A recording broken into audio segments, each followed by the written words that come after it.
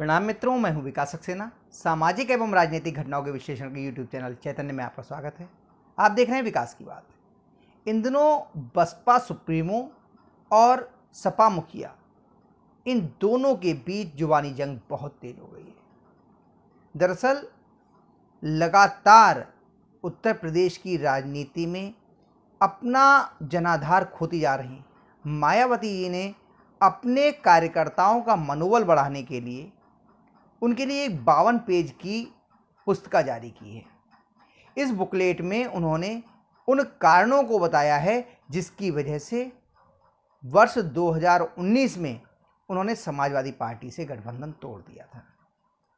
इसमें उन्होंने बहुत से गंभीर आरोप सपा मुखिया अखिलेश यादव जी पे लगाए हैं, लेकिन इस बुकलेट के जरिए जो वो अपने कार्यकर्ताओं का मनोबल बढ़ाने की कोशिश कर रही हैं, अपना खोए हुए जनाधार को फिर से प्राप्त करने का प्रयास करने की दिशा में आगे बढ़ रही हैं, तो इसके क्या कारण हैं और इसका क्या राजनीतिक प्रभाव होगा और ऐसी स्थिति क्यों आई, आज के इस अंक में हम लोग थोड़ा सा इसी पर चर्चा करेंगे।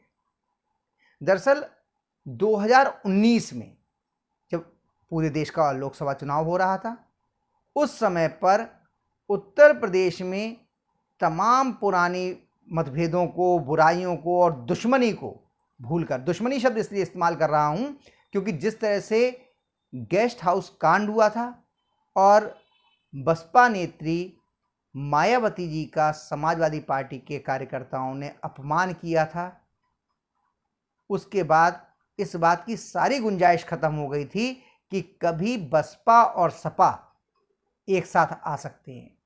लेकिन इसके बावजूद 2019 के लोकसभा चुनाव में बसपा और सपा के बीच गठबंधन हुआ।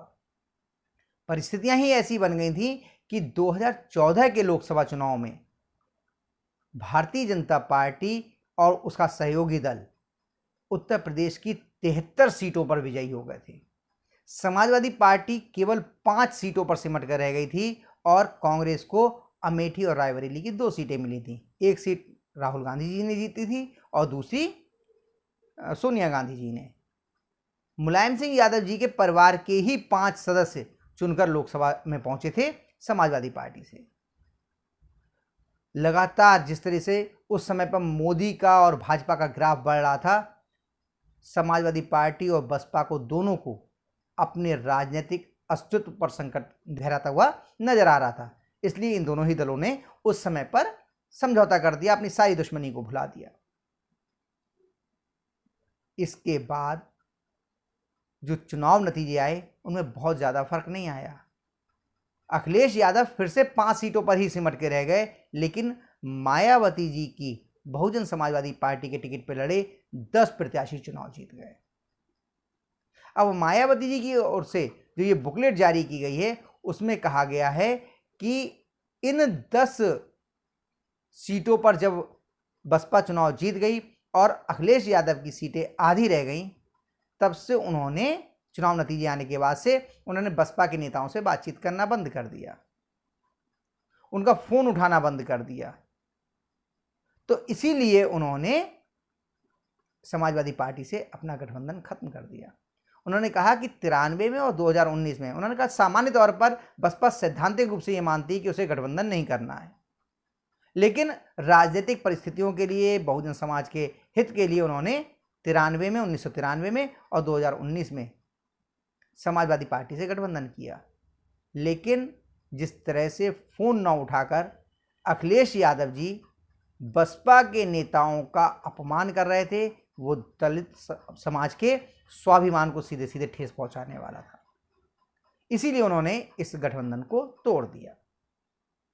बोले कि जो जिस तरीके से 10 सीटें मिल गई थी बसपा को और समाजवादी पार्टी 5 सीटों पर रह गई थी, ये चीज़ें लगता है अखिलेश यादव बर्दाश्त नहीं कर पा रहे थे। शब्द नहीं है, लेकिन लगभग उनके कहने का लबोलुभाव यही है। इस बात के बाद में अखिलेश यादव जी भी हमलावर हो गए। उन्होंने कहा कि जिस समय पर यह गठबंधन तोड़ने की घोषणा की गई, उस समय वो आजमगढ़ में एक मंच पर थे, यानी कि जनसभा में थे। उन्हें तो अचानक मालूम चला कि गठबंधन तोड़ दिया गया है और बोले इसके बाद मैंने खुद फ़ोन करके ये जानने का प्रयास करने की कोशिश की थी कि मतलब फ़ोन करके ये जानना चाह रहा था कि आखिर ये गठबंधन तोड़ा क्यों गया, लेकिन इसका मुझे कोई जवाब नहीं मिला। अखिलेश यादव जी के इसके बाद में मायावती जी फिर हमलावर हुई हैं। उन्होंने भी अपना एक्स पर, जो पहले ट्विटर हुआ करता था, उस पर पूरा बताया है कि किस तरीके से अखिलेश यादव जी नाखुश थे बसपा के 10 सीटें जीतने से। बहुजन समाज पार्टी के ही राष्ट्रीय महासचिव और प्रमुख नेता हैं सतीश चंद्र मिश्रा जी।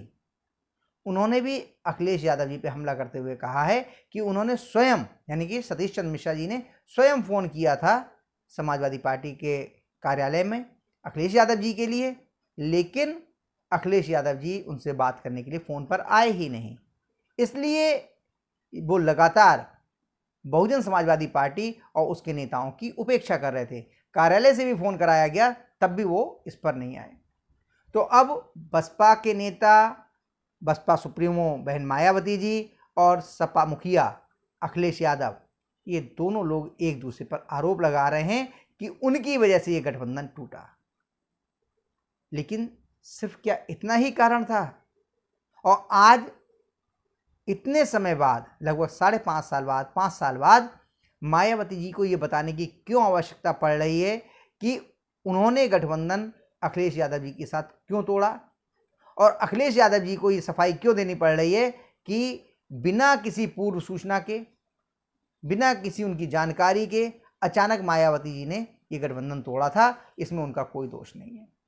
तो इसको ऐसे समझिए कि 2014 के चुनाव में भाजपा की प्रचंड जीत के बाद अखिलेश यादव और बहन मायावती जी को ये लगने लगा था कि ये भाजपा जो है जिस तरीके से बढ़ रही है, उनका राजनीतिक अस्तित्व बचना मुश्किल हो जाएगा। तो मुस्लिम वोट थे अखिलेश यादव जी के साथ में, उनके साथ में कुछ मात्रा में यादव वोट भी थे, और दलित समाज में खासतौर से जो दलित समाज की जाटव जाति के लोग मतदाता थे, उनमें एक बड़ा मतदाता वर्ग मायावती जी के साथ बचा हुआ था। गैर जाटव दलित जातियां भाजपा के खेमे में चली गई थीं, और एक बड़ी संख्या में यादव समुदाय के लोग भी, यादव जाति के लोग भी भाजपा के साथ चले गए थे। ऐसे में इनको ये लगा कि अगर ये लोग जुड़ जाएंगे तो भाजपा के लिए कड़ी टक्कर दे पाएंगे। तमाम प्रयासों के बावजूद ये गठबंधन जमीन पर नहीं उतरा, और चुनाव नतीजों में बहुत मामूली सा अंतर आया। उसके बाद 2024 के चुनाव में क्या हुआ?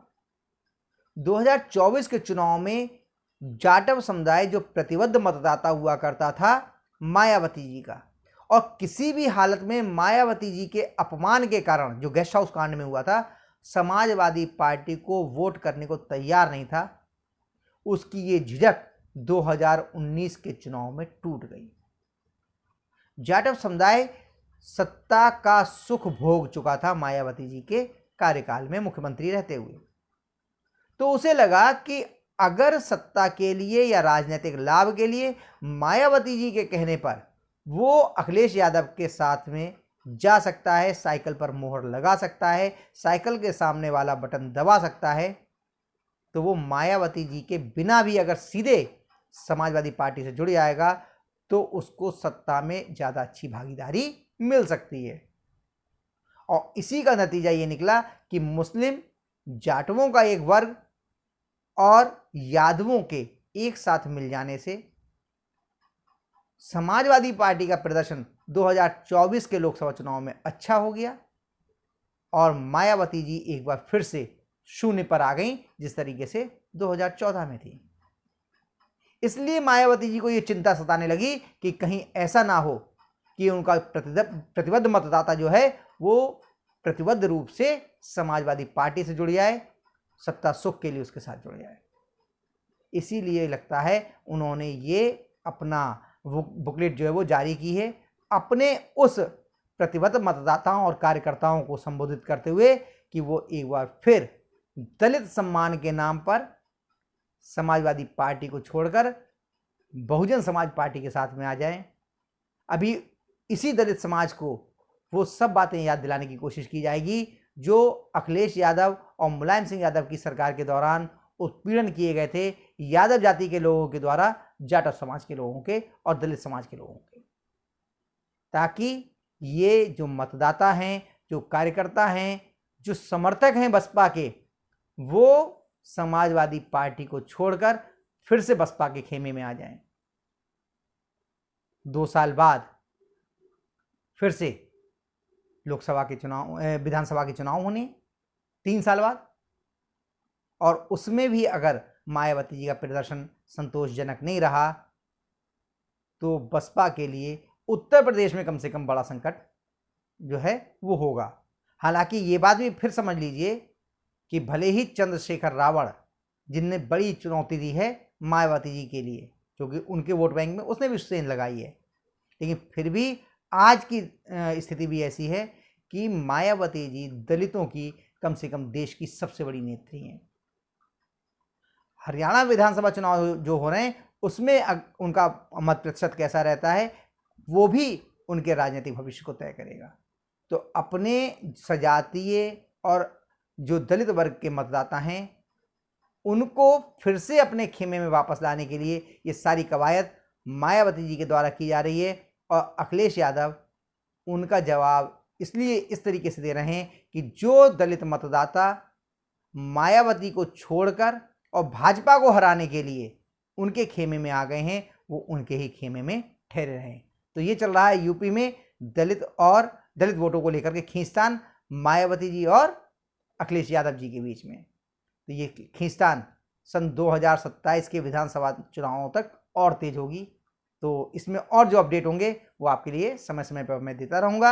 आज के अंक में बस इतना ही। अगले अंक में हम लोग फिर मिलेंगे किसी नए मुद्दे के साथ। तब तक के लिए अनुमति दीजिए। आपसे अनुरोध है कि इस चैनल, ये वीडियो अगर आपको पसंद आया हो तो इसे लाइक कीजिए, शेयर कीजिए, और अगर इस चैनल पर आप नए हैं तो आपसे ये भी अनुरोध है कि इस चैनल को सब्सक्राइब करने के बाद नोटिफिकेशन का बेल आइकन जरूर दबाइए। धन्यवाद। प्रणाम।